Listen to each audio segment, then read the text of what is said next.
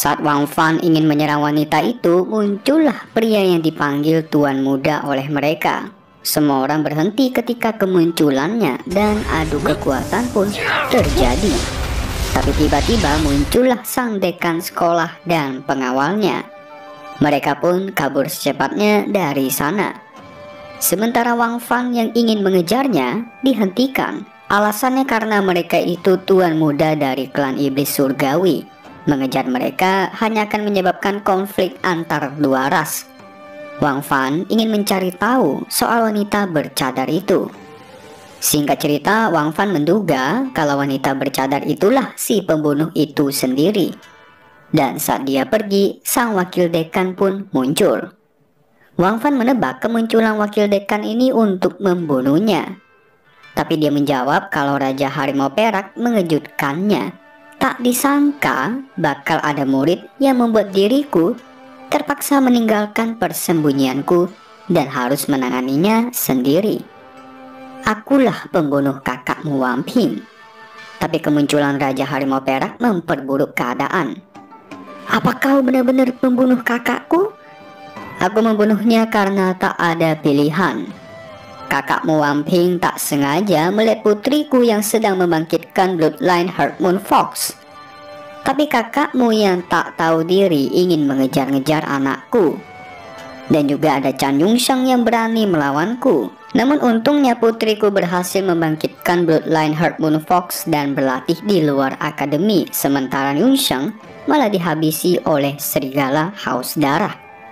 Tapi yang tak terpikirkan olehku adalah si Raja Harimau Perak yang begitu kuat. Dia bahkan bisa melawan 3 tuan muda. Sangat luar biasa. Wakil dekan memaksa memberitahukan identitas aslinya. Tapi tiba-tiba muncullah dekan sekolah yang mengatakan kalau wanita yang bersama dengan tuan muda dari klan iblis surgawi itu adalah anaknya wakil dekanku, yaitu Kuya Er. Akhirnya ketahuan ya. Mereka berdua berada di ranah yang sama, yaitu ranah Heartpool tahap puncak. Kau ahli dalam kekuatan, sedangkan aku ahli dalam kecepatan. Apa kau bisa mengejarku jika aku kabur? Tapi tiba-tiba muncullah sang ketua dekan. Dia pun berusaha kabur, tapi diserang oleh sang ketua dekan dan langsung tersungkur. Sang ketua dekan pun memberikan pedang kepada Wang Fan untuk membalaskan dendam kakaknya. Sedangkan untuk masalah pemakaman bakal diurus oleh dekan Qian. Dan wakil dekan bakal digantikan oleh Qian Yun, yaitu kakaknya Qian Ying. Ketua dekan pun mengajak Wang Fan untuk berbicara. Kau pasti kerepotan, harus selalu berpura-pura menjadi Raja Harimau Perak dan menjadi murid biasa. Ketua dekan sudah memperhatikan Wang Fan sejak lama dan menyadari kalau Wang Fan yang sudah menembus ke Wisdom Martial aliran biru. Ketua dekan juga berharap agar Raja Harimau Perak itu selalu ada, karena dia ingin agar Wang Fan terus hidup.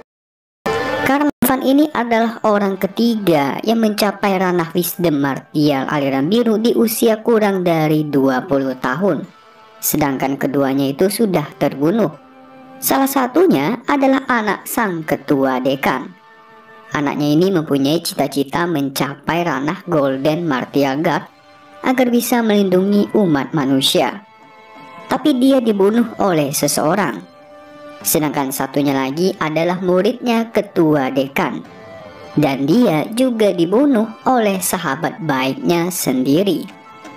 Sang ketua dekan tak ingin ini terjadi kepada Wang Fan.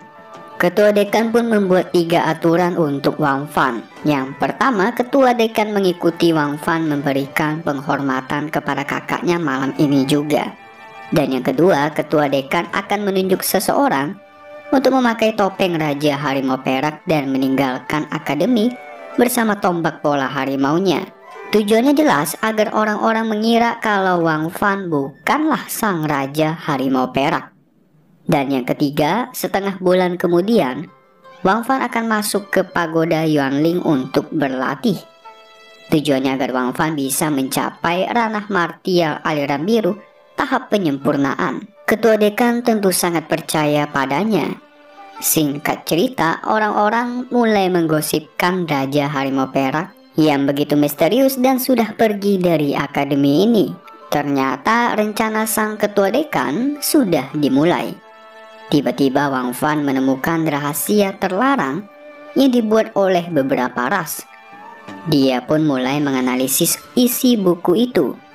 Dan setelah cukup lama menganalisis kata-kata yang ada di buku itu, dia menemukan teknik rahasia yang bisa membuat penggunanya menerobos ke ranah selanjutnya dalam waktu singkat. Mungkin Wang Fan bisa menerobos ke ranah Heartpool Roh Ungu dengan teknik rahasia ini. Dan dia pun mulai mencoba mempraktekannya. Teknik rahasia ini lebih sederhana daripada metode lainnya. Bahkan pembuatnya sendiri adalah orang yang kultivasinya biasa-biasa saja. Pagi pun tiba.